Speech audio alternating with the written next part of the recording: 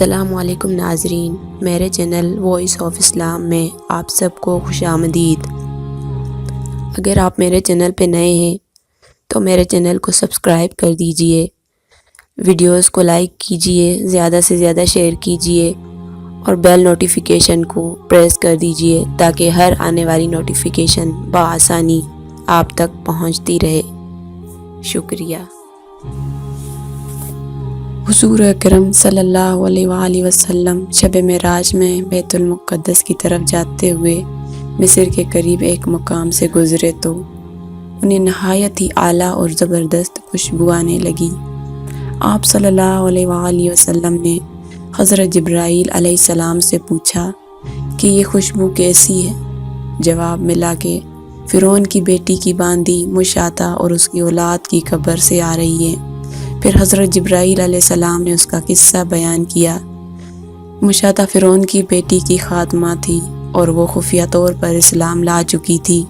ایک دن فرعون کی لڑکی کو کنگھی کرتے ہوئے اس کے ہاتھ سے اتفاقاً کنگھی گر پڑی۔ وہ اٹھانے لگی تو اس کی زبان سے بے ساختہ بسم اللہ نکل گیا۔ اس پر شہزادی نے کہا کہ تو نے آج عجیب کلمہ بولا، رب تو میرے باپ فرعون ہے، تو پھر تم نے یہ کس کا نام لیا؟ اس نے جواب دیا، فرعون رب نہیں بلکہ رب وہ اللہ ہے جو مجھے اور تجھے اور خود فرعون کو روزی دیتا ہے۔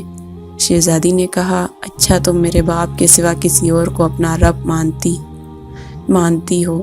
اس نے جواب دیا، ہاں میرا، تیرا اور تیرے باپ سب کا رب اللہ تعالیٰ ہی ہے۔ شہزادی نے اپنے باپ سے کہلوایا، وہ سخت غضبناک ہوا اور اسی وقت اسے بر سرار دربار بلوایا بھیجا اور کہا، کیا تو میرے سوا کسی اور کو اپنا رب مانتی ہے؟ اس نے کہا کہ میرا اور تیرا رب اللہ تعالیٰ ہی ہے جو بلندیوں اور بزرگی والا ہے۔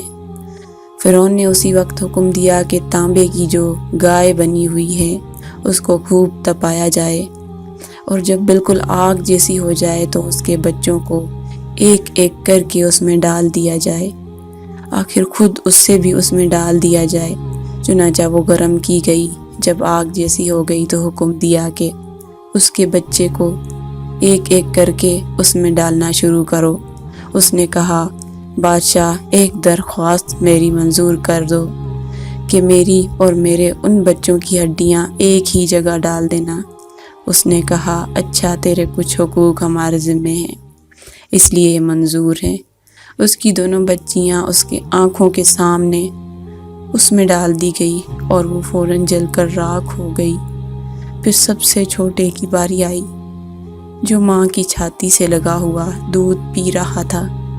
فرعون کے سپاہیوں نے اسے گھسیٹا تو اس نیک بندی کی آنکھوں تلے اندھیرا چھا گیا۔